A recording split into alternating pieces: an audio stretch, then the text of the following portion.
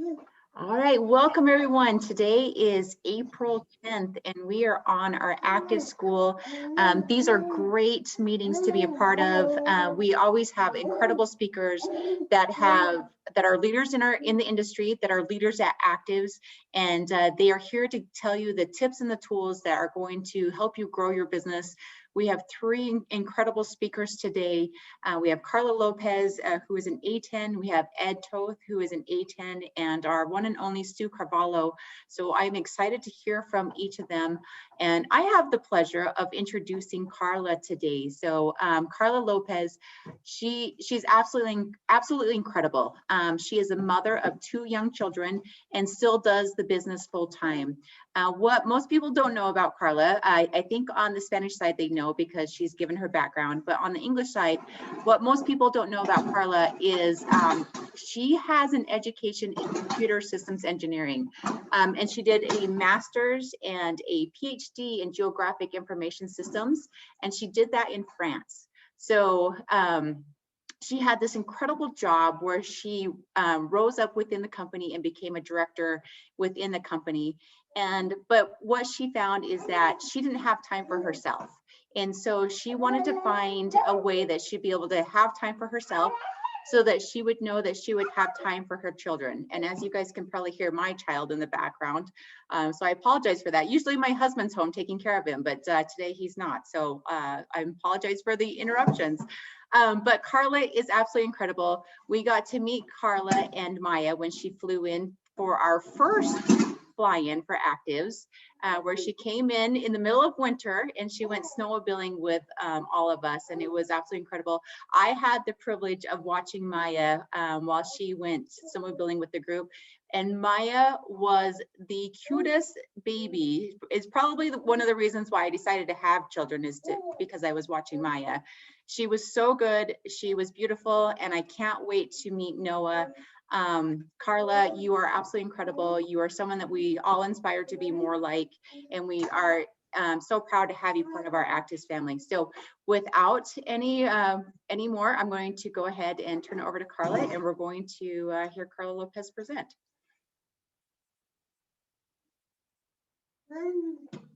Hello, welcome. My name is Karla Lopez and I am from Mexico. Today, I will talk about 5 steps to success. The steps that have helped me to achieve rank A10 as a mom of 2 little children, one of almost 4 years old and one of 1.5 years old.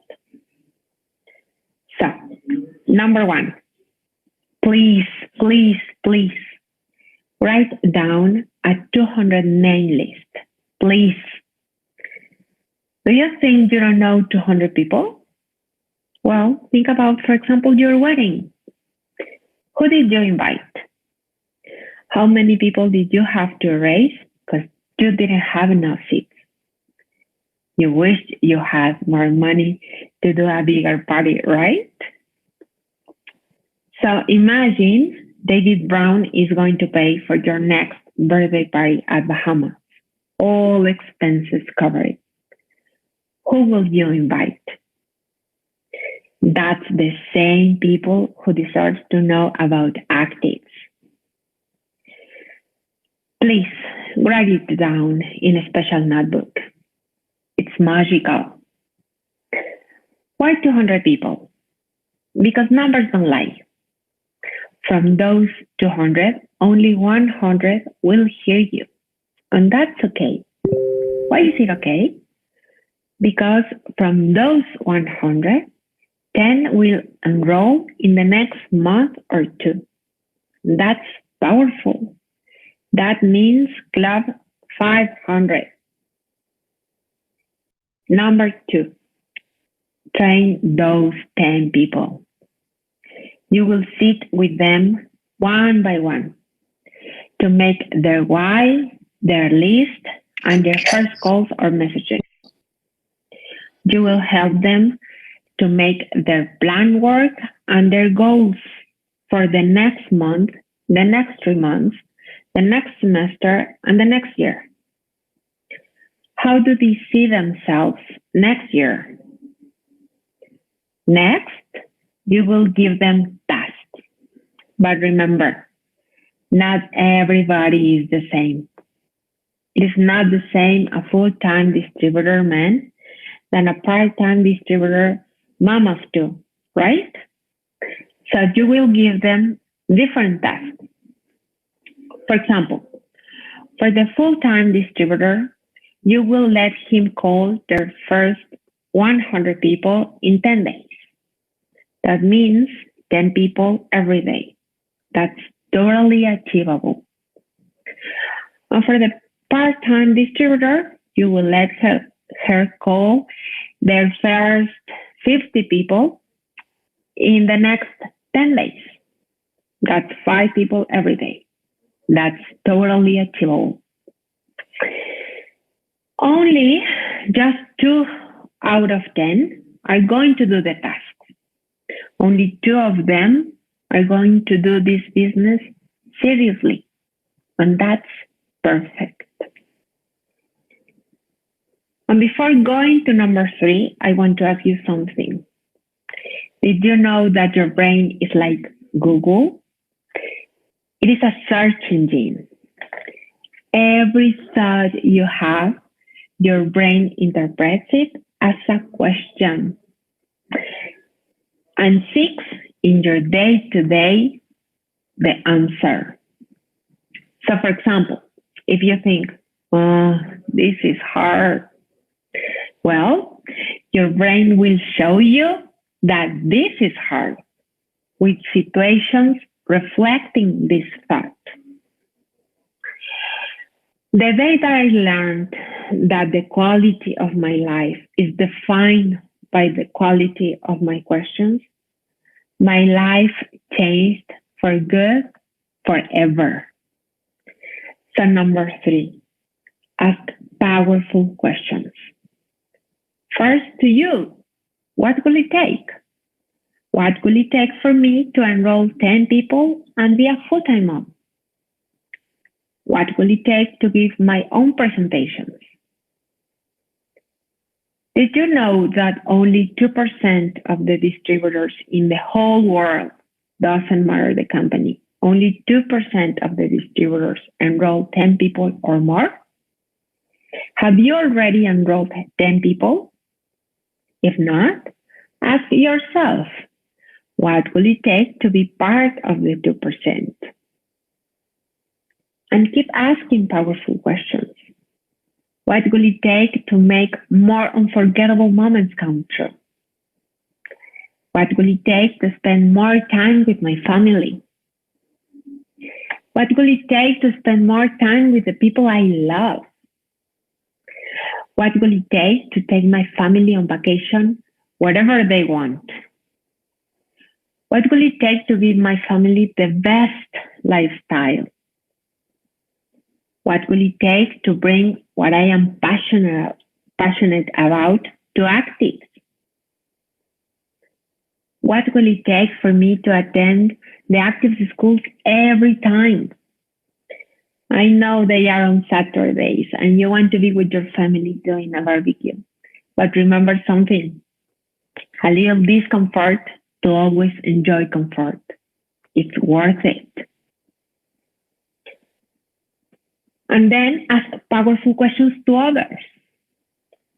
Remember, there are people who said yes to this business not because of money, because they had already money or even a lot of money. They said yes to this business because they wanted more time for their family. They said yes because they wanted their own money, not their husband's money. They said yes because they wanted to succeed. They wanted to set the example of success for their children. So, to your prospects with this profile, ask powerful questions. Which cars do you like the most? Porsche, Range Rover, or Mercedes-Benz? What will it take to pay for it yourself? What will it take for you to work less and enjoy more? What will happen if I show you something that allows allows you to earn more by spending less time. Would you like to see something that allows you to help more people? What will it take for you to be happier every single day? Because here in ACTIVZ, we meet and work with people who makes us happy every single day. Tell them examples. For example, Claudina, who retired her husband for 2 years and bring all her family back to Mexico. Share success stories like Christina. Ask powerful questions to you aloud, because in this way, life will answer you. New ideas will occur to you. New paths will open. You will meet new people. And you will leave your prospects thinking, could this be real?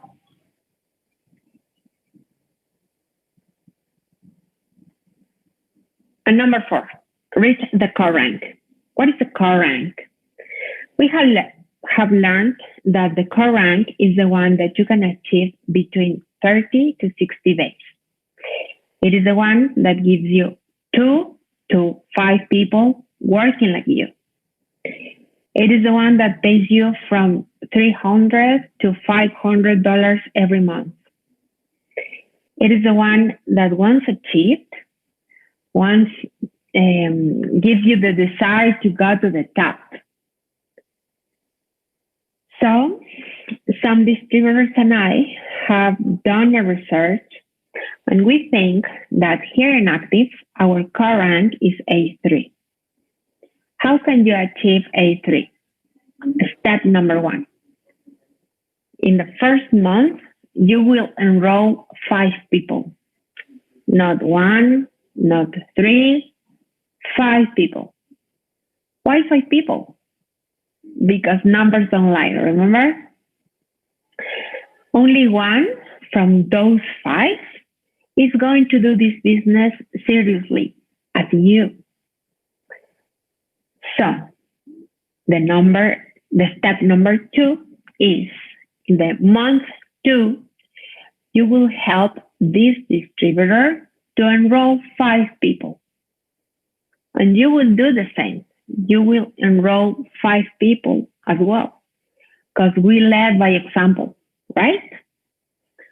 So in this second month, you will achieve core rank A3. And keep asking powerful questions.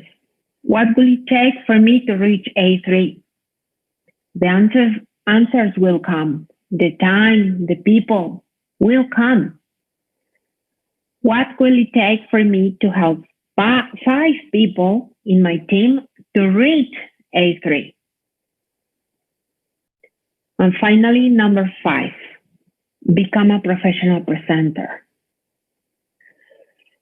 Remember, the people who is presenting is the people who's earning more money, is the people who's achieving ranking advance. So do yourself a favor and do your presentation and practice. Practice with your family, with your friends, with your spouse, with your kids, with all the people that have said already no.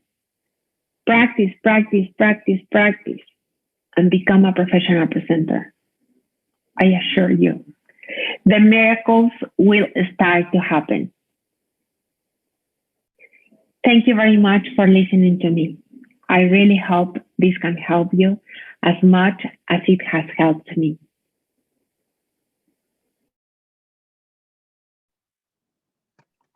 Excellent. Yeah. Thank you, Karla. And for those of you that know, Karla, her first language is Spanish, so this was a challenge for her, but she did a phenomenal job. And as she said in there, becoming a professional presenter, Karla is mastering presenting both in English and Spanish because she wants to expand her international business, especially with ACTIVZ being involved in so many countries. So Great job, Karla. You did phenomenal. These were great tips and tools for everyone, and we really appreciate you being our first presenter of our Active School. All right. As we continue our speaker lineup, I have the opportunity to introduce Mr. Ed. Ed and his wife, Karen, have actually, I have a couple notes here. Ed and his wife, Karen, have risked everything to buy a struggling telecommunications company, and they successfully turned it around and sold it. And according to David, as he's been sharing his thoughts about Ed, he met them when they were looking for a manufacturer, and they wanted to invest in ACTIVZ, and they became one of our largest investors. Ed is always looking to learn and to find the best way to master a problem or take advantage of an opportunity. He looks at the world differently than many, and he has a unique ability to gain insights and communicate them to others. He and his wife have experienced tremendous ups and downs, but they're people of tremendous faith, perseverance, and hard work. Without any further ado, I'd like to introduce Ed Toth. Ed, how are you? Hey, my ACTIVZ family, how you doing today? Welcome to Active School. I'm so glad you're here. Thank you for spending some of your precious time here on this Saturday morning with us. And hopefully you're going to learn some great stuff that's going to be great for your business, for your personal life.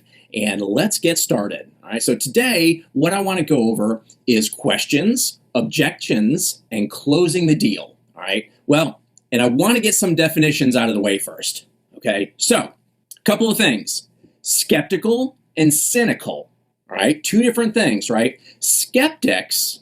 Okay, I mean, actually, I was skeptical. I'm skeptical of a lot of things. I mean, most people, I think, naturally are, okay? But actually, a person who's skeptical is actually like a closet supporter, okay? I mean, they really want to believe, but they need your help, right?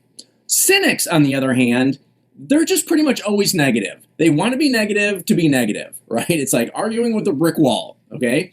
Don't waste your time with people who are cynical, okay? Skeptical is fine. Cynical is what you don't want to waste your time with, okay? Now, next, are you persuading someone or are you trying to convince them? There's actually a difference. Now, that difference is persuading is trying to get someone to do something that they want to do for their benefit, okay? Convincing is when you're trying to get someone to do something that they really don't want to do for your benefit. You see the difference? Okay, persuading, again, trying to get someone to do something that they want to do, and it's for their benefit. You see, the focus is on them. Convincing is they really don't want to do it, and you're really trying to do it for your benefit, right? So, obviously, what do we want to do? We want to persuade people, not convince them. So we don't want to waste our time with cynical people, and we don't want to waste our time convincing people. All right, now, a little perspective, all right? I want you to go for no. There's actually a book called Go for No, okay? Now, if you expect no, then you'll never be disappointed, will you, right? And besides, it is completely unrealistic to expect most people to join your business or to buy from you. It doesn't happen in any other business. So why would ACTIVZ be any different? All right. The difference is that successful people don't let no get to them personally. All right. No is just a stepping stone to yes. All right. So have some definitions down and we have our perspective going into this. All right. Now, where do we want to start our journey? Well, we can't just jump into telling you how to answer questions or objections, right? Why is that? Because you have to work on yourself. You have to have posture, right? So let me ask you something. Do questions or objections affect you? Do they, get you angry? Do they get you, anxious? What is that feeling when somebody poses a question or an objection? All right. Well, if you're having feelings that are kind of welling up in you, negative feelings, right, then, you can rate your posture by how much questions and objections are affecting you. And why? Why would they affect you? Well, it comes down to belief, right? You have to have belief. right? In where? You have to have belief in yourself, you have to have belief in the company, and you have to have belief in the products. So rate yourself in these areas: yourself, company, and products. Okay? How do you do? How do you rank?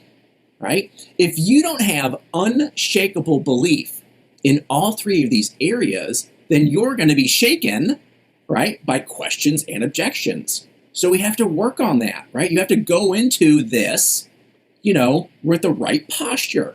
So have belief. Like I said, that's so rock solid that if somebody confronted you on it, you would be actually confused, when somebody did that. Okay, think about something that you have unshakable belief in, all right? Anything, right? That you love your kids or your spouse, or you're great at math or cooking, okay? Or the sky is blue, right? Let's just take anything that you have unshakable belief in. If somebody confronted you and says, you know what? I don't think you love your husband. You would just be like, you would just completely blow it off, right? You just wouldn't even, I don't even know why you're saying that. Okay, because you have unshakable belief in that, right? So here's the thing. Your prospect needs belief too, right? So first is have your belief, okay? So you can be unshaken. Now, your prospect needs that same thing. They need to believe before they'll take that step. So all you're doing is getting them, passing that belief on. So what do you have? You have to have your own belief first, because you can't pass it on if you don't have it, okay? So you work on your belief, your posture first. Now, what do we do next? Now we've got to work on them. What do they need? They need belief in themselves. They need belief in the company. They need belief in the products, okay? Themselves, that comes down to when they're going to be a distributor, right? If they're just going to be a customer, I don't know how much they need to believe in themselves to take the products. But so same journey, right? Their questions are going to center around the areas that they need belief on. So all you're doing is the same thing you had to do, the same thing your journey had. Your journey may have been small, it might have been short, it might have been long, who knows, but at some point in time, you didn't know about ACTIVZ, you didn't take our products, and now you do. There was probably a transition where you're like, okay, I need to know what this is so I can believe all these things with it, all right? So walk them down that path. That's what you're doing. You're getting them to believe those three things, okay? What happens a lot of time is we forget, right, that there was a time before ACTIVZ. A lot of people are so excited and they love the products and they love the company and they just love, they love everything they're doing that they expect now the people to just, jump on. Whereas, you probably didn't have that process, right? You probably had, a journey yourself. So you can't expect them to be any different, okay? So, answering questions. Simple. We want to point to information or our upline as much as possible. We want to keep it simple. Okay, why? You know what? People like to dump stuff, especially because we have great products and so much scientific research, right? It's like, here's this big, here's 10,000 pages, right? Listen, if you recommend a restaurant, do you sit there and, tell them the whole menu? Or just maybe, tell them what you had or, maybe who you were with had? And then maybe, send them a link to the whole menu, right? If you recommend a movie, do you go through a list of, well, here's all the actors and here's the directors and here's the people who cater the food, right? No, okay? So it's no different, all right? You're going to give them that little teaser and then fill in with other tools, right? So if we have product questions, we always want to start with what? Testimonials, right? Now, if you have a personal testimonial, awesome, always the best. But guess what? You can use other people's testimonials. That's why it's so important to be on these calls and to talk to other people and learn their stories. The more stories you accumulate, okay, the more you'll be able to share about different products, different experiences in both the business and the products, okay? It is absolutely fine to tell somebody else's story, especially when it comes to health and nutrition. Our bodies are different. We have all kinds of different experiences. We have all kinds of different things that we struggle with. You can't have a personal experience with everything, okay? So learn other people's stories, okay? Or just our simple product data sheets, okay? Again, don't give them the whole book if they don't need it or if they don't want it, right? But you know what, by the way, most people don't want to read all the scientific data, right? We have 80,000 studies on butyric acid, right? Most people don't want to read one, okay? So, but there are people that do like the science. Absolutely, okay? We have a great site, don't know if you know about it, but don't know if you used it, great stuff, epigeneticsinfo.com. And it has all the scientific studies, not all the scientific studies, but some pertinent scientific studies about our products and information about epigenetics, okay, that people can go to. And this is company sponsored. So this is the stuff, you know, it's safe to send them there, and it's plenty of info, right? You don't need 10,000 articles, right? 5 will do, right? And you know what? Here's the thing.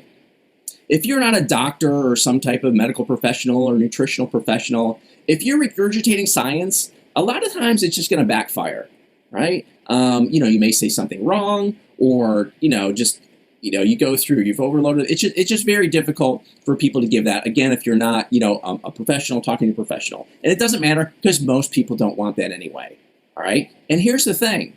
We're trying to make it look simple. Now, why is that? You know, when it comes to business questions, we're asking about the business, right? Again, point to information. We have videos, we have upline, or give very basic answers. Why is that? Because the easier you make it look, the better they're going to feel about themselves being able to do what you're doing. Remember belief? Belief in yourself, trying to get the prospect to believe in themselves, right? Some of that is they may not believe that they can do this. So if you're making it look, you know, complex and difficult, they're going to think, I can't do this. Okay, especially, you know, this is actually one of the problems that, you know, professionals have, is that when they're a well-respected business individual or a medical professional and they're talking to somebody who isn't, what they're automatically thinking is, well, of course you can do this, right? I mean, look at who you are. So you're knocking that belief in themselves. So you actually have to work extra hard when you're not talking to another professional to say, whoa, listen, you know, I mean, I know a lot of stuff about this, but you don't need to. All you have to do is point to information, right? We have, you know, people that can help you. We have tools that can help you, right? Simple, simple, simple.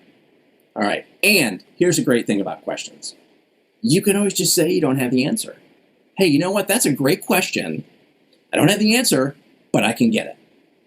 All right. That's always your answer catch-all. All right. So questions should be very easy.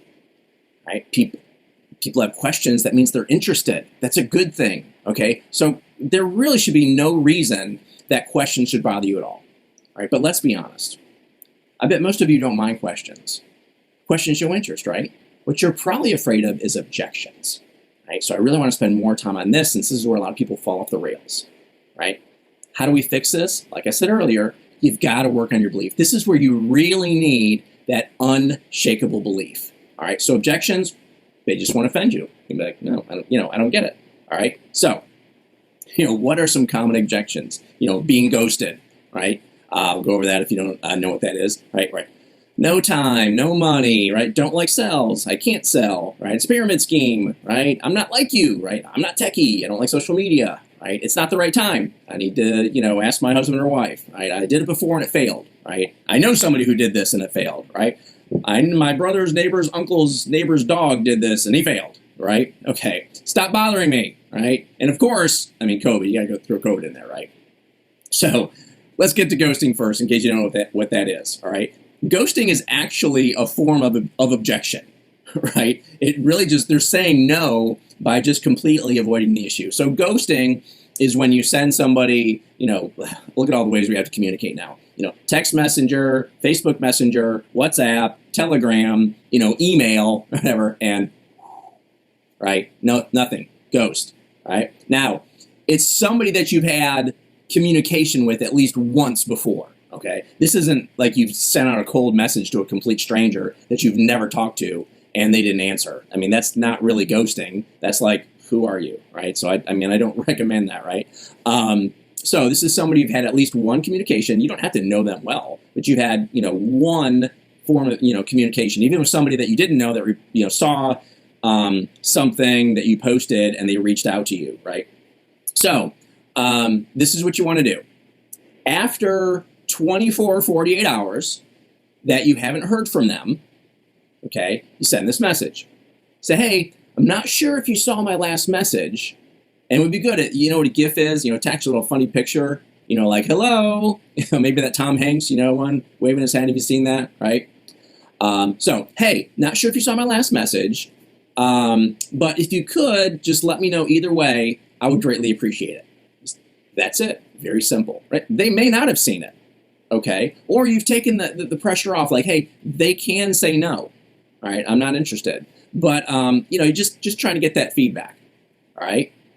Now, say it was a voicemail, or you actually had an appointment, maybe a Zoom appointment, or an in-person appointment. I don't know. They didn't show, right? So you can send them, give them a call, leave them a voicemail, or however you contacted them before that, and say, hey, I get it. This may not be for you, but I don't want to waste your time or mine. So if you could just let me know either way, I would greatly appreciate it. All right. So very simple. You're just letting them, know that, hey, that you're not going away, and hey, it's fine. It's okay to say no. There's no, it doesn't have to be weird, right? Now, if it's somebody that you're close to, is a good friend or family member or whatever, okay, and they're ghosting you, right? Your relationship with them is more important than anything else. So it's a little twist on this one. Say, hey, I get it, right? This may not be for you. So there's that posture. You're just kind of taking it away. Right? More importantly, our relationship is more important than any of this. So if you could just let me know either way, I would greatly appreciate it. No worries either way, right? You want to take that pressure off. You don't want to make it weird next time you see them, all right? Just, get it off the table, okay? So now let's get into some of the other objections, all right? Here's the grandmaster answer, okay, is feel, felt, found. You may have heard this before. All right. And this works best, in person or on the phone or something like that. If you're typing this out entirely, it can kind of be a little weird. Right. And really in that respect, you want to get people on the phone or on a Zoom or in person, if you can, as soon as possible. Get off just, this mass texting and emailing. It's a great way to connect with people and reach out and send information, but you start doing that back and forth too much and it becomes a mess. It's very impersonal. Get on the phone. All right, get on the phone and talk. It's so much easier just to talk to people. Okay, people have lost that, right? Now maybe more people want to talk now because they've been closed in or whatever. But so, hey, listen, I know how you feel, right? I felt the same way. Here's what I found. Or maybe it was somebody else. Again, you don't need your own story. Listen, I know how you feel. In fact, my friend, or this guy, John, he felt the same way. But actually what he found out was, right? So you're acknowledging that. You're acknowledging that objection. And you can say, listen, you know what? I get it, right? Never dismiss it. Just be like, oh, that's stupid. Why that? It's just, it's confrontational. Right? So you just want to keep it positive, saying, yeah, listen, I get it. I totally feel. All right. So feel, felt, found, right? Works for most things. Okay. For most things, that can always be, your fallback. Of course, you don't want to make up a story, right? So again, having that, that bunch of stories that you can tap into. Say, I get it. I know how you feel. Right? Now, if you are doing this, via text or email or message or whatever, okay, you can kind of start out like that, right? You don't want to do the whole thing. Hey, I know how you feel. I felt the same way. This is what I found out. And typing out this whole thing. But what you can do is just put that first part, right? They throw out an objection, and you go, I so know how you feel. All right, can we get on a call? I have a great story I want to share about that. Okay, or just those little voice, you can record a voice message like on text or messenger. That's a great way to communicate, by the way. Those will get listened to because they just don't get them a lot. right? And you'll be like, I wonder what that voice attachment is. Okay, so it's a great thing to record because you want to get that feeling across, right? Hey, listen, I know how you feel. All right, hey, would you mind if we just hopped on a call? Quick, 5 minutes. I got a great story about that I'd like to share with you. Okay, so here's another way, right? Say, hey, I don't like sales. I don't like network marketing. I don't like, MLM. I don't like nutrition. I don't know. You can ask them. That's a very generic statement, and a lot of times it's an excuse, right? They're just kind of throwing it out there to kind of get you away, right? So you can ask them. So just curious, like which part don't you like, right? You don't like sales. I mean, which part don't you? You don't like talking to people, you don't like MLM. Like what part of MLM don't you like, right? I mean, there could be a myriad of things, right? And they may have a story behind that, right? Some of that is they may have encountered other network marketing people, right, that were annoying or pushy or whatever, okay? Or, they don't like nutrition. Like, what does that mean? You don't like nutrition. Actually, some people, not as many nowadays, right? But, maybe some people, they're just really not into nutrition, right? And that's fine, okay? But maybe what they really mean is, I just don't know about it, right? So if they just come back with, no, I don't like it, it's probably an excuse, right? And you can take it away, right? Hey, maybe this isn't for you, all right? Or maybe this isn't the right time. Maybe, would you mind if I follow up later? Always, don't be afraid to take it away. There's that posture again, okay? Or they may have a specific answer, right? Now you can answer a more specific objection that they have, okay? Well, what don't you like about sales? Well, I just can't sell. Or, I don't like talking to people. We say, well, you know what? We have great training, right? So answer that objection. We have a solution. If they have a problem, you have a solution. Or you can always go back to feel, felt, found. Right now, it's like, oh, I don't like talking to people. Oh gosh, I know how you feel. Right? I was so scared to talk to people. But then I found out, right, that really it's just sharing no different than I share information about a great restaurant or a great movie. Right? Or what I found out was there's all kinds of tools. I don't like talking either. I don't have a lot of the answers. So what I do is I just pointed to all these great resources and all these other great people that help me out. Okay? So try and get more into when they throw out those kind of generic statements, right? Or, I don't know how to, right? I don't know how to do social media. I'm not techie. Again, I can't sell, right? I don't. You know what? It's not a problem. If I could show you how to do X, do you see yourself doing this? I can't sell. Well, we have a great system. We have great training that'll show you step by step how to be successful. So if I could show you how that's not really a problem, do you see yourself doing this? Right? I don't know how to work social media. Guess what? You know what? You don't have to do social media. Or we have all kinds of people that know very simple ways of using social media. Right? If I could show you how to use social media, do you see yourself doing this? Okay? So, now, when you hear this, no money, no time, no skills. I failed before, right? Especially around the no money and time thing, right? This is probably it's probably number 2 and 3, right? So just curious, how does that make you feel, right? I know I didn't have, I've been struggling for money for years, or, I was just always busy. I never had time for anything. But, I know how that made me feel. Go back to that feel, felt, found, right? But how do you get that? How do you feel about that? How do you feel about having no money? How do you feel about having no time? Isn't that really? Do you have a plan to change that? I'm just curious. If I could show you a way that could change that, would you be open? Right? If I could show you a way that could help earn you some extra money. If I could show you a way that maybe could give you more flexibility in your time, right?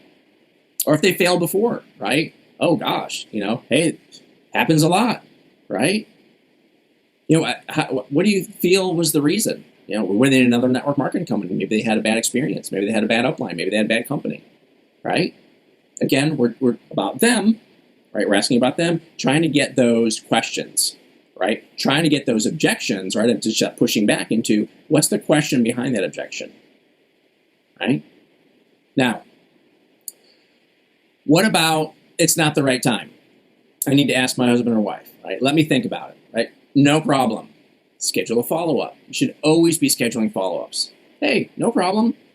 Can I follow up with you, in a couple days? Next week, next month, whatever. Again, kind of weeding out, is this just an excuse, right?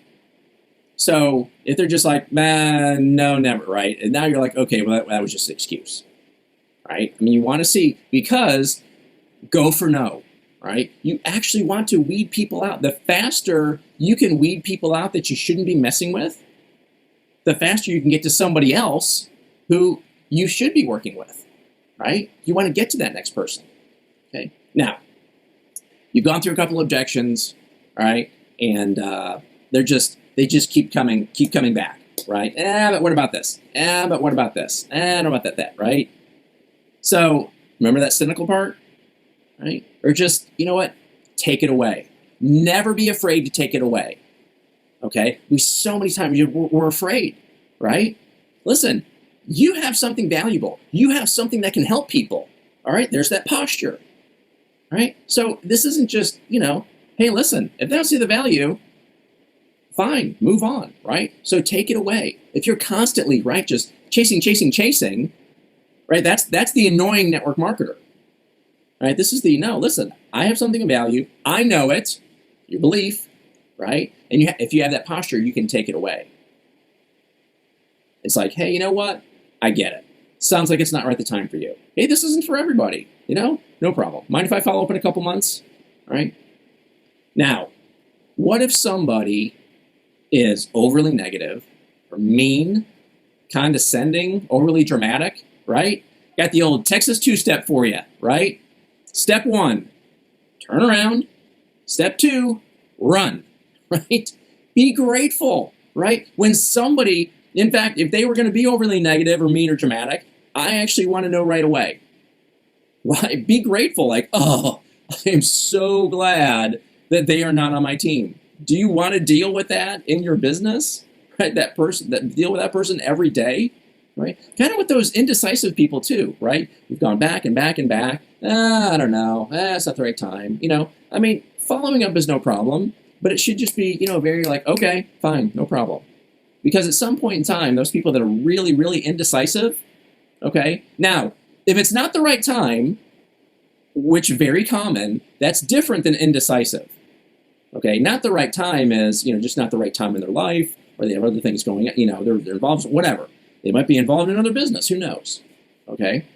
But just like, I don't, just that, right? If they're just completely indecisive, then they're probably going to be that way, even if they eventually did join, okay? So, you've got through the questions, you've got through objections, now what do we want to do? We want to close them, right? But, let me throw this out there. If you've encountered objections, it's going to be exceedingly rare that, you answer that objection, however you do, and then just go, you know what? You're right. Let's join. Right? It's usually not going to go from objection to join. Okay? Objection to questions to join, yes, but probably not objection to join. Answering objections, your goal is really to keep that conversation open, right? So you can follow up. You're giving them something to think on, right? Something to chew on in between that next follow-up. Because rarely, like on the spot, are they just going to go from, oh, I object to this to, oh, yeah, you're right. And they're just going to change your mind. Okay, so don't have that expectation. Have that, that perspective when there's objections that you really just kind of, figuring out what that is and give them something to think on, or getting to those questions behind the objections. Okay, so now, so you've done that and you've gone through the questions. They really don't have any more questions. All right, strangest thing, people want you to ask them to join. If you're just like, oh, you have any more questions? No, I guess you answered them all. And you're just kind of sitting there, okay, well, talk to you tomorrow. So No, what's the closing question, statement? Well, sounds to me like you're ready to join, right? I mean, you've answered all their questions. What's next? Join, or or buy the product, right? Hey, great. Sounds to me like you're ready to join. Sounds to me like you're ready to buy. There's only two answers to that question. Yes or no, right? Or not yet, right? No, not yet. So here's the thing. If it's yes, stop talking. Go immediately to signing them up or getting them to purchase the product, right? You don't need to sell anymore. Sometimes people will get so excited, especially if they had a string of no's, right? To be like, oh my gosh, this is great. Oh, you're gonna love this. You're gonna love this. Oh, and I forgot to tell you about this. And all of a sudden, they're overwhelmed, right? No. Immediately when they say yes, say, great. We can do it right now. Are you in front of your computer, or you might be together, or you can walk them through it right on the phone. If you're on Zoom, you can share screen and get them signed up. Just stop talking. Once they say yes, stop talking. Your selling is done. You only have to sell as much as you need to get the yes, right? Okay. What if they say no? Right? It's like, I've answered all the questions, right? Hey, you look confused, sound confused, or whatever. Like, oh, really? Okay. Well, people typically join or buy, when they reach this point, So, make it sound strange. Like, why wouldn't you? Right? I mean, I've answered all your questions. There's nothing left to do. Like, why wouldn't you sign up or buy at this point? Right? So make them feel like, well, that's what other people do. People like to do what other people do. Right? So, okay. Well, that's strange. It's just that, typically when I've reached this point with other people, they usually, sign up. Right? And now, what can you do? Take it away. Hey, no problem at all. This isn't for everyone, all right? I've got other people I need to follow up with. Mind if I follow up with you in a couple months, right? Take it away, right? Make them think like, why am I not signing up, right? Make them sound like, well, other people, what does it take, right? And, at some point in time, you want to get to, as soon as you can, right? What am I doing with this person? Because I got the next person you go to, right? We're hanging on to people, right? Because we don't have that next person to talk to. So, I've got a double dog dare for you. You know what it is? I dare you to get 10 no's this week. All right? Go for no. All right?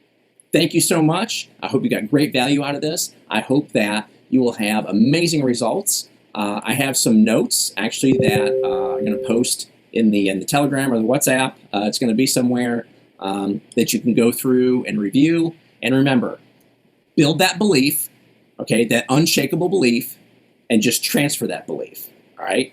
Thank you so much, and have a great day.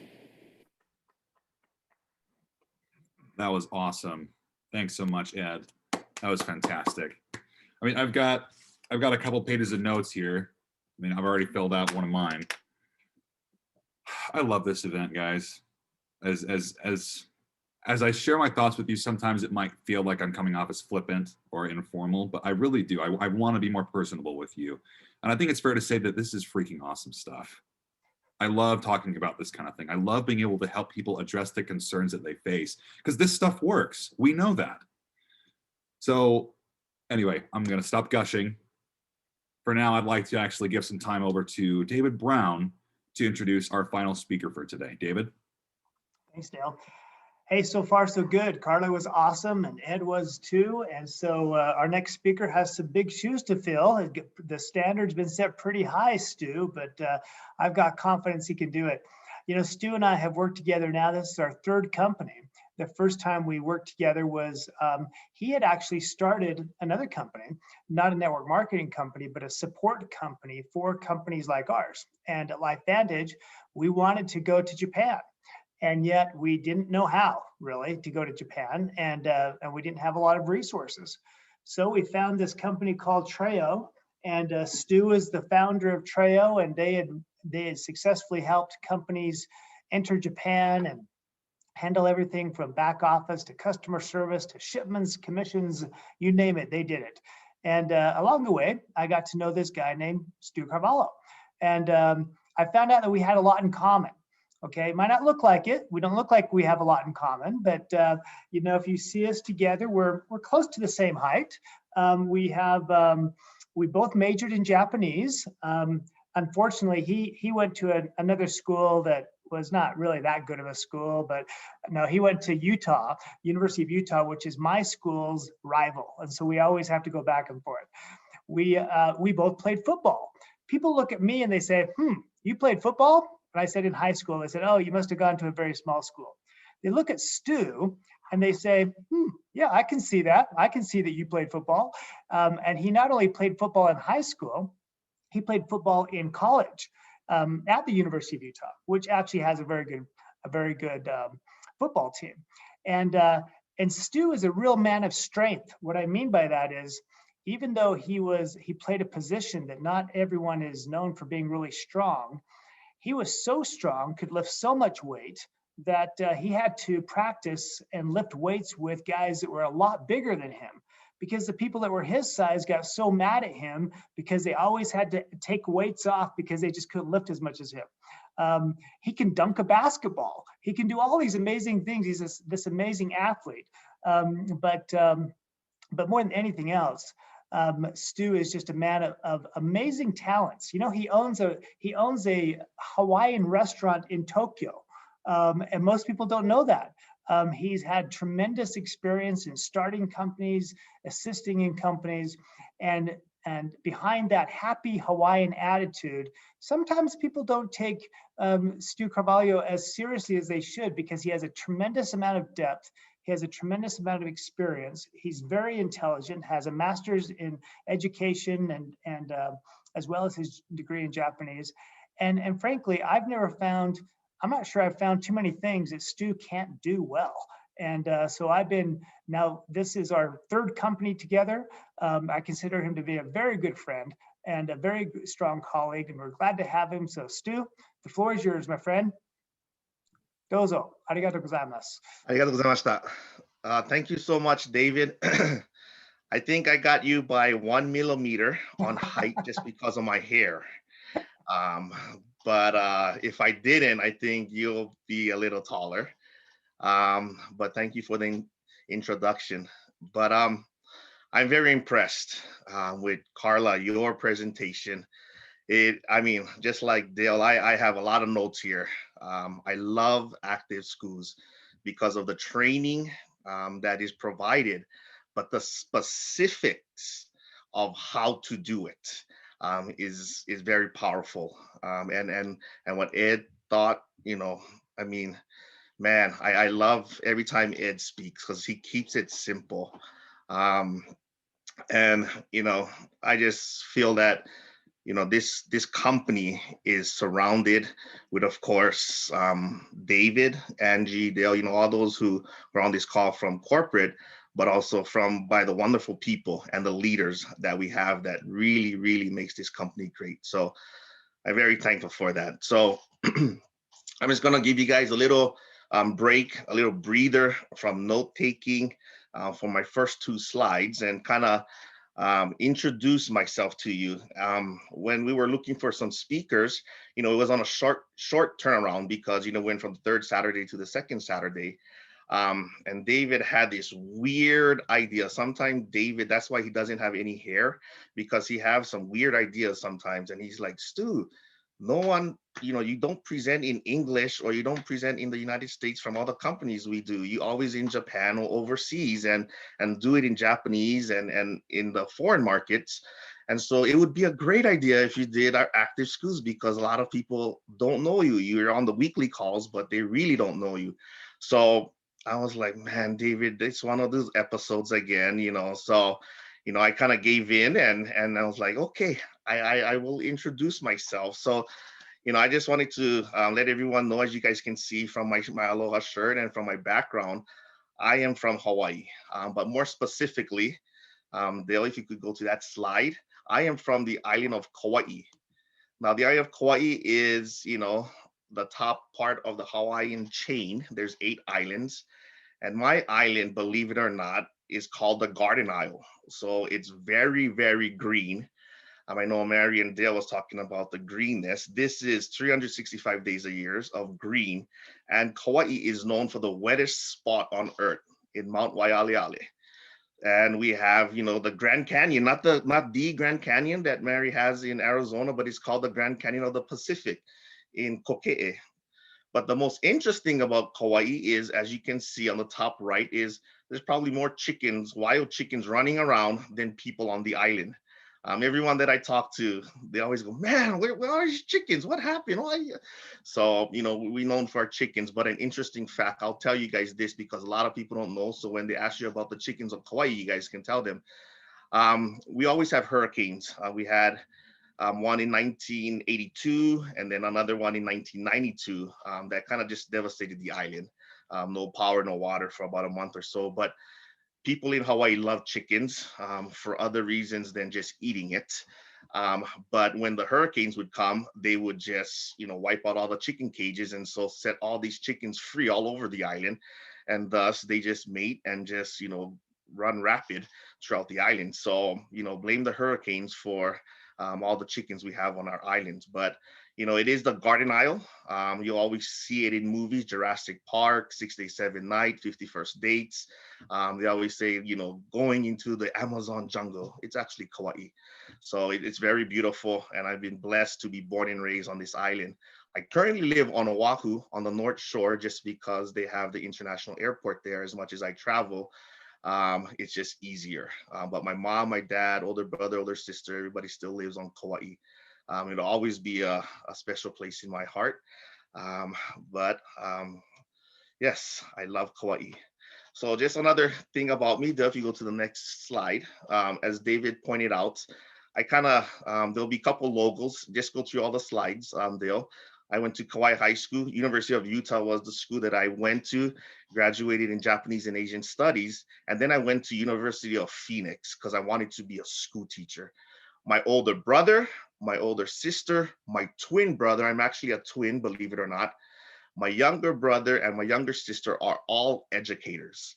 They teach anywhere from math to special ed. So we're a family of educators.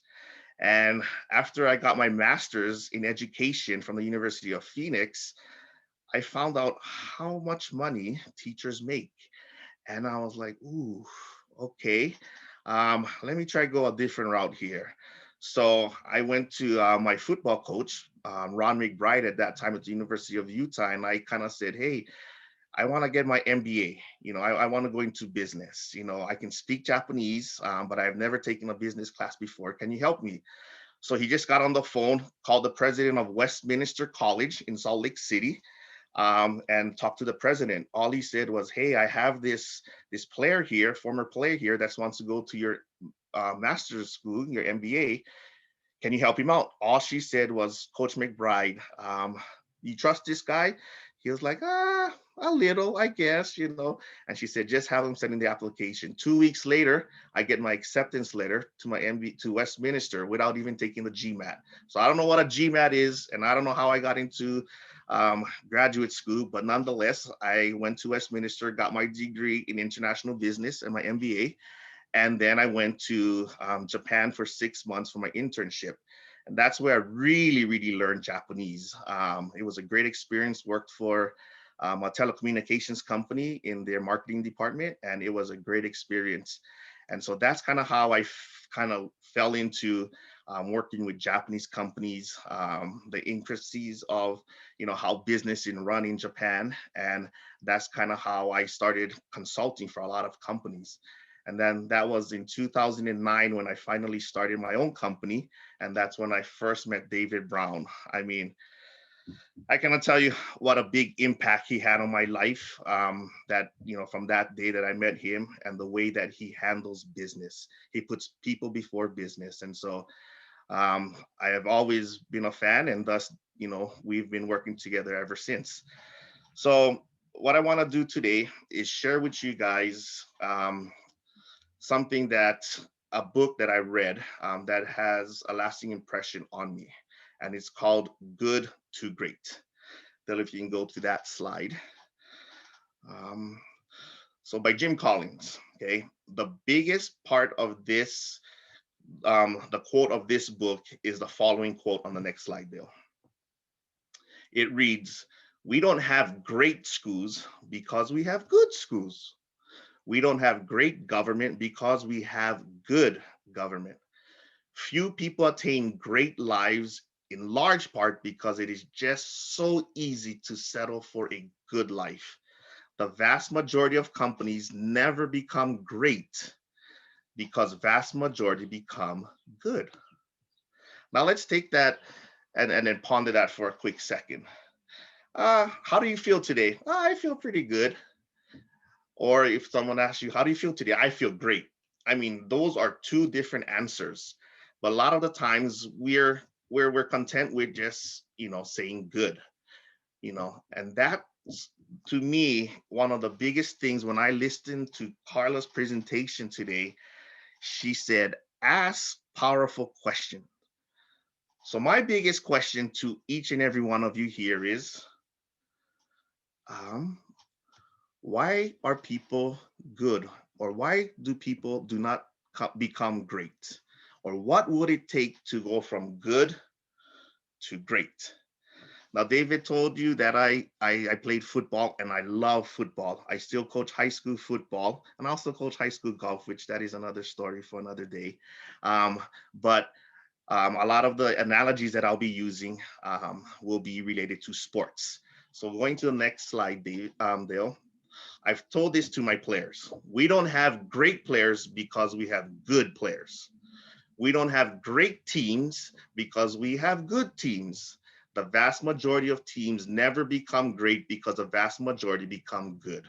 There's a lot of good teams out there, a lot of good football teams, a lot of good basketball teams, a lot of good soccer teams, baseball teams, but there's just a few, a real handful that are great.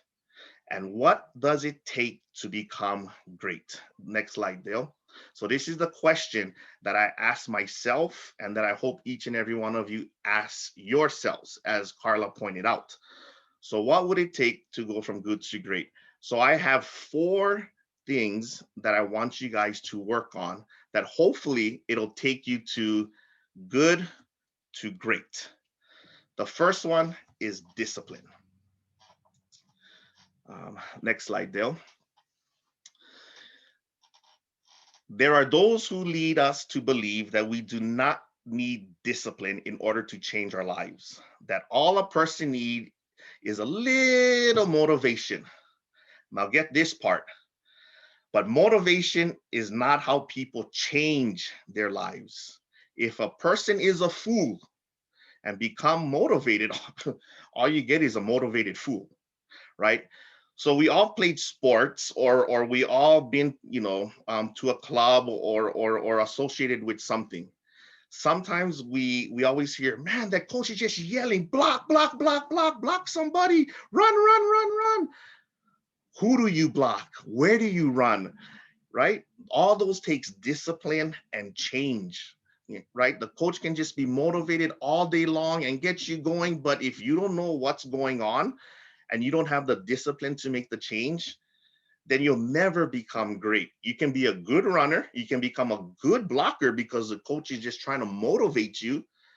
But in actuality, are you becoming a great blocker? Are you becoming a great runner? Right? So we need to have the discipline to change everything in our daily lives if we want to become great. Don't settle for good, right? So we need to do something that has never been done. If I always keep doing the same thing and I don't get the results that I need or I want, then you need to have the discipline to step back and say, what can I do to change to become great? I'm tired of being good. What can I do to become great? Now, the funny thing is, look at Tom Brady, right? The Super Bowl was played recently, and he won his 6th Super Bowl trophy. Now, a lot of good players never even win one. Some good players win one, but the great players win multiple championships. So there's a goal that he set, that I want to become a Super Bowl champion. Now, when you achieve the goal that you set forth, now what are you going to do? The great ones create newer goals or set the bar even higher so they can achieve something even greater. So as you start to create your own goals, your plans, and as you start to achieve it in your lives and you hit it, set a new one, set the bar even higher. That's the only way you can move from good to great. The second topic, or the second thing that I want each and every one of you guys to think about, is your dream. Okay. So if you're writing on a paper right now, I want you to write your dream. Okay. Walt Disney said this: all our dreams can come true if we have the courage to pursue them. If you can dream it, you can do it. Now, we all heard the story how Walt Disney, created the empire that he have left, a legacy behind. All he said is, I started with a dream and a mouse. And by just those two things, he created what we call the happiest place on earth. Go to Disneyland, right? For the experience of a lifetime.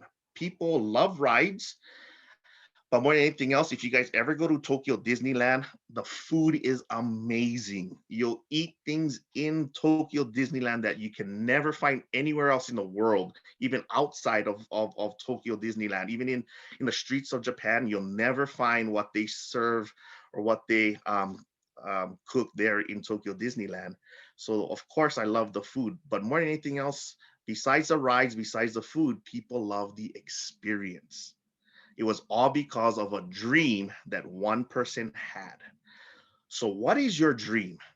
Ask yourself the question, ask other people that question is, what is your dream? Right? If you want to realize what your dream is, you need the courage to pursue it. When I was a little, I still short, I guess, when I was younger, I'd always watch TV on the weekends. On Saturday, you get college football. On Sundays, you had NFL. And I always watched these football players play on TV. And it was my dream to one day play on TV. I just say, hey, if I could, that would be the ultimate thing. And one of our games at the University of Utah, we played University of Hawaii. And they broadcast that game in Hawaii. And I had some family and friends just call me up after, we saw you were playing, and so to fulfill one of the dreams that I ever had when I was younger, was something that was totally out there. I'm 5 foot nothing. Was one of the slowest running backs, probably, but I probably was the most handsomest. That's why I was on the team or something. I don't know. But I just wanted to do it. I had the courage to do it, and I just went for it, and it happened. So if you have a dream, like Karla said, what will it take to spend more time, right? Give you the best lifestyle you want. Go ahead and pursue it, right? Dreamers are those that achieve greatness. The only way that you can come from good to great is literally achieve your dreams. Okay. The third topic that I want to talk about is luck. And this is so funny because David, I swear, last week said the same thing. The definition of luck is when preparation meets opportunity. I always tell this to my football players, right? Man, that guy's the luckiest guy. Everybody always thinks that, oh, that guy's so lucky. She is so lucky. Oh, that person is so lucky. But believe it or not, if you think about your life when you were younger, and just every opportunity that came your way, were you prepared to jump on that opportunity? Were you there to grab it and say, I'm going to run with this? I can speak from experience that when I was younger, I wasn't. Opportunities came and went, right? Because I wasn't prepared. So what are you doing to prepare your life to become an A10 like Karla and Ed? What are you doing to prepare yourself to become an A16? right? Or A15 or A12, whatever your goal is. Okay. Christina was prepared. The opportunities were presented. She ran with it, and she became an A16. It wasn't luck that she just magically went from A1 to A16. She had the preparation that she worked through her whole lives, the experiences that she went through, the training that she went through, right? The people that she met, the networking that she kept. And when the opportunity presented herself, she took it. And I see that she is one of the luckiest persons I know. We all can actually become that lucky person. So always be prepared. And when the opportunity comes, seize it. Finally, the last point I want to talk about is, well, David and myself just got off an early morning call. For us, it was 8 o'clock p.m. in Japan. But one of my favorite quotes in Japanese is Nanakorobi Yaoki, fall 7 times and get up 8. How many times in our lives we literally fell down, right? My daughter, when she was in ninth grade, she wanted to run track. So she asked me, Dad, what should I run? I go, well, her name's Lena. Lena, I ran hurdles when I was in high school. I think that's great for you. You know, we can train together, whatever. So we spent time training. Her first meet, she didn't fall just once. She fell twice in the same race. She ended up getting up, both times, ended up finishing the race in dead last. And I was devastated. I knew she was, trained so hard. She literally just fell down, tripped over the hurdles twice. So I'm thinking to myself, wow, ninth grader, young girl, man, that's going to devastate her. Maybe she's going to quit running track, and, just go and, do something else. But she had the determination to get up, practice, and practice and practice. And she basically hasn't lost an event ever since. She never fell down again.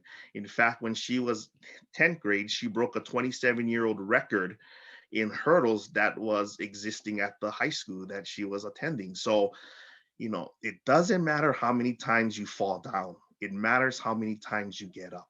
And that relates to business as well. I myself has, lost a lot of money in business, help companies. Some of them weren't successful, whether I blame myself, blame the company, whatever it is. We all can look at things that we failed. But if we just, didn't do anything, we got stuck in our ways, and we were, devastated beyond belief that we just didn't want to do anything, then how can we become successful? How can we become great, right? Don't get comfortable just being good, right? Get up, move on, become great, right? And what I want to talk about this, and I allude to this, is your why. What is your why? If you have a why that is unbreakable, unwavering, you will get up. Why did you get up? Because I want to become a champion. Why are you doing this business? So I can become an A16 and spend more time with my family, so I can help others, so I can do the things that I want to do that I always thought about doing, but I never did. The why, if you have a great enough why, that will take you to go from good to great, right? And believe it or not, it's something that you may not be able to do by yourself. I myself haven't been where I am without my mom, my dad, my grandma, who didn't even complete 8th grade, you know, um, high school, right? But it was their belief, and their help, that got me through college. It was my why. I wanted to be the first one in my family to graduate from college. It was my why that I wanted to be the first one to graduate, with a master's degree in the family for generations, to set the bar that much higher so those after can become greater. Are you that leader that setting the bar high enough that those in your organization will follow to become great?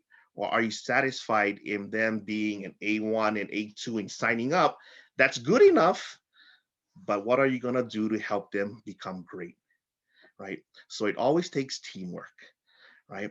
David has helped me become a better business person, you know, up from the time I met him till now, and it wasn't by accident, right? So he took me from being a good business person to a, probably gooder or great business person. I still don't want to say great, but it just didn't happen by myself. It's all the people along the way. Angie is probably one of the smartest people I know. And I just learned from her. So taking all of those things can get me that much better to becoming that much greater. So always be appreciative of those that help you, but also help those that you are associated with to go from good to great. And by doing that, you'll shift the paradigm or the bar even that much higher. So just in summary, the 4 things that I talked about, Dale, on the next slide, is basically discipline. Don't be afraid to tell yourself and to discipline yourself. I know we got Arrow going. Everybody's, not everybody, but a lot of people are working with Sinead on changing their lifestyle. Some people had to give up sugar. Some people have to sleep earlier, wake up earlier, exercise, right? All of that took discipline, or is taking discipline. That applies not only in your lifestyle, but business and everything that you do. Don't forget about your dream, but also the courage to achieve it. Be lucky, like Christina and those like Karla, and all those that are A10s and above and are successful. But once again, luck is when preparation meets opportunity. And make sure you have an unwavering why. Why are you doing this business? Why are you doing ACTIVZ more specifically, right? You do those 4 things, you'll have an immense change in your life. I can promise you that. And we here at ACTIVZ, more than anything else, want to see that change. And that's why I love ACTIVZ and working in this industry, because we see a lot of people changing their lives for the better. And so working together, we can achieve these things. So I just want to thank David and every one of you for giving me this opportunity to present today. I hope it was beneficial, and I look forward to meeting you guys in person very, very soon. Back to you, Dale. Thank you so much, Stu. I mean, I've really squeezed in as many notes as I can on my little notebook. I need to go get a bigger one. That's probably my note for today. My biggest takeaway is get a bigger notebook. Everybody, this has been a blast. I've had so much fun being able to do this. This is something that I look forward to each month. And yeah, Stu, you mentioned that we had a shorter turnaround. For me, it was Christmas. We were able to turn it around and get a lot more, a lot quicker. So to each of our speakers, Karla, Ed, and Stu, thank you each so much for helping us out today and sharing your insights with us. To close off today, I want to turn the remainder of our time to our very own David Brown for some final words. Thanks, Dale. Thanks, Stu. And for everybody who got up and listened today, I just want to give one word of advice. Ignore and forget everything you've heard today. If your life is perfect, if your business is going great, if you don't need to make any changes, don't listen to any of this stuff. But if your business is not going quite as well as you'd like, if there are some changes in your life that you think you might want to make, then I would follow those notes you took really closely, because you got some good advice. And it might have sounded pretty basic. It might have sounded like things that you've heard before. But you know what? If you haven't done it yet, it's kind of like when you see a television show advertised on TV. Even though maybe you've heard about it, and maybe it's been on for years, but if you've never seen it, it's new to you, and it might just be something that you would really enjoy. And when I was listening to Karla, it's interesting. Karla has an interesting background. She used to work and directly report to Carlos Slim, if I remember correctly, one of the most wealthy men on earth. Okay, for a long time, I think he was recognized as the wealthiest man in the world. And that must have been a demanding job, took lots of time, and it was probably pretty interesting, but I'm sure she learned a lot. And so we sometimes, again, because people are close to us, we sometimes discount their advice, we discount the things that they have. But I can tell you, those powerful questions that she mentioned really are important. And you'll get to the bottom of things very quickly with people if you, and those basic steps. I loved it when she started out, make a list of 200 people. You know what I've heard about, and I haven't been in network marketing my whole life, but I've heard about making lists from the beginning. But if you've not ever made that list, you're missing a very important key step, okay? Ed talked about not convincing, persuading people.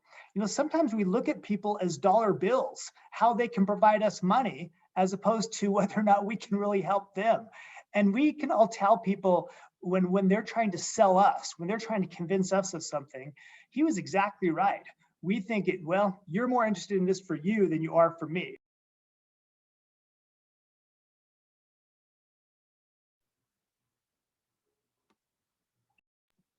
I think Angie didn't like what I was saying, so she put me on mute. So sorry about that, Angie.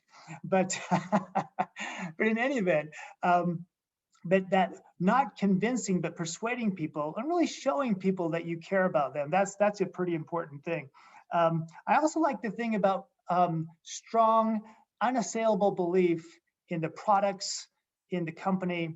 That really will carry you a long way. And that's why we ask for testimonials. That's why we have such a strong scientific advisory board. That's why I say to people, don't believe me, just Google it. Just go Google the benefits of butyric acid. Go Google tetrahydrocurcumin. You don't have to believe me at all. And that's what I love being able to do, is have that third-party validation and just say, you know what, this isn't just me talking. Look at this person. Look at Gloria Guerrero, who has an autistic son, and listen to her talk about his experience. I now have new testimonials in my life. Have you ever encountered people in your own family that you feel like could really benefit from the products, but kind of because you're too close, they don't listen to you all the time? Well, my mother and father finally started consistently taking Link and genomics. My father's 88, my mother's 87, and he said, David, I think these things actually work. I think that they're helping my neuropathy. Is that possible? I said, well, yeah, it is possible. There's great science behind this, and I'm glad you're finally taking it. And isn't it amazing that sometimes the people closest to us are the ones that are the hardest to persuade to do things? And then what Stu was talking about, that good is the enemy of great. It's interesting. He said that kotowaza is Japanese for proverb. And I love Japanese kotowazas. And he mentioned the one which was fall down 7 times, get up 8. And I love another one that also has to do with falling. And that is saru mo ki kara ochiru, which means even monkeys fall from trees. Meaning, you know what? Everybody makes mistakes. Everybody has a problem. And if you think you're the only one out there screwing up and not doing well, you're wrong. Everybody has issues. In fact, there are a number of people on this call who speak second languages. I mean, English is not Karla's first language. It's not, who else is on here? Christina, Maribel, Susanna, Claudina. I see a lot of people, Coco, and Kurt speaks Chinese, and other people. And so, when you learn another language, if you're going to be afraid of making mistakes. I used to teach Japanese also, and some people would say, what are the common elements you find in somebody that learns Japanese? I'd say, you know what? They like to talk. They want to talk. I'd rather have somebody who likes to talk and even really isn't that smart than someone who's super smart, but is so worried about making mistakes that they'll never open their mouths. And because that person will just be so self-conscious, they will never reach out. And I made and continue to make tons of mistakes in Japanese. Okay, but sometimes it's because we learn the wrong things. I remember when I was first living in Japan, I went to the post office with my partner, who spoke much better Japanese than me. He'd been around in Japan for a lot longer.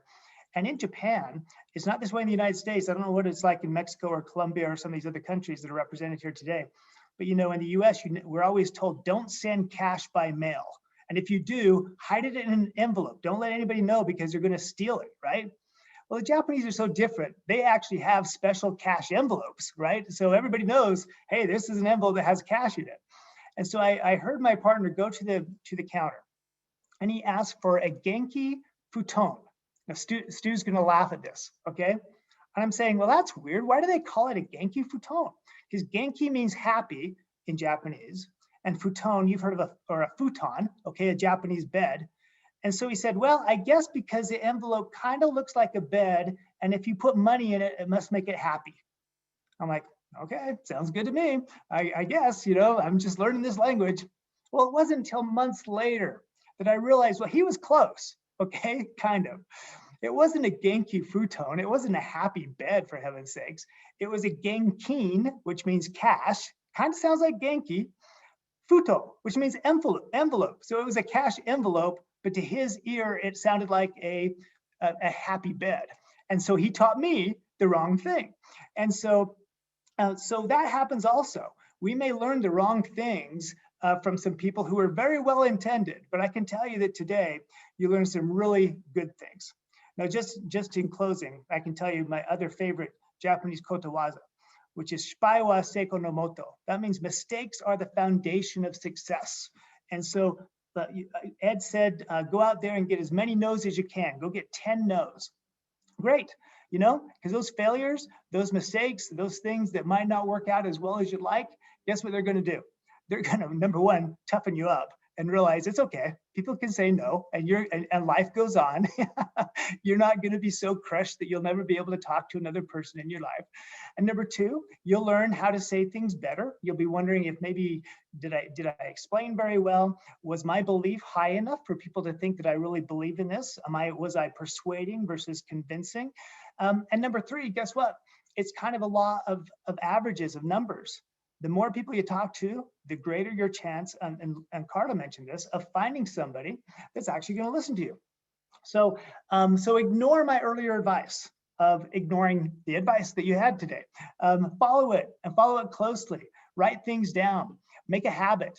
Nothing you've ever accomplished in life did you do very well, 100% perfectly the first time out. Whether that was perfecting your golf swing, whether that was learning another language, whether that was losing weight, whatever that is that you set your mind to. And by the way, when you have those moments of discouragement, take time to reflect upon those little successes that you have had in life, because you've all had success. In fact, I know every person on this call has had success, even at ACTIVZ. Now, maybe you haven't had the success you want yet, but you will. I just want to talk about two people that rank advanced this past month and became new A12s. One's name is Ruben Rostro, whom I met in Cancun at an incentive event. I had met him in Mexico City at our ribbon cutting event and things. And Ruben became A8 and A10 pretty quickly. And I'm sure he thought, this is awesome. But you know what? Then he lost a bunch of his organization. It really got raided by another company, and he was down in the dumps. He had some family issues going on, and he was ready to quit. And he had a long conversation with Ryan Thompson, and Ryan, I think, kind of convinced him to keep going. And he did, and it was hard, and I'm sure that he really wanted to quit a lot of times. And here we are celebrating him now becoming an A12. And so that it's a real testament to me of working hard, persevering, despite and maybe because of the obstacles and hindrances that get in our way and tough, difficult times, because it will happen to everyone. The other one was Daniel Pizarro. And Daniel's part of a family that has only joined the company like 6 months ago, and he's already become an A12. They've never had any experience before, and guess what? While they've never heard about all the things, you're not supposed to rank advanced that fast. Don't you know nobody likes network marketing? Don't you know? Maybe they've never heard those. Or if they had heard them, which they probably had, they just chose not to believe it. In fact, he took his family to Disneyland recently and said that he came back and he said, we even enrolled Mickey Mouse. And even though he said that as a joke, I think he is so on fire that he feels like he could enroll Mickey Mouse and anybody else that's in his way. Because what happens is it becomes contagious. It's kind of like running. You know, when you first start running or exercising, it's tough, it's a chore, but if you stick with it, your body releases these chemicals called endorphins, and they help you feel better. They help you feel great, and you actually enjoy it.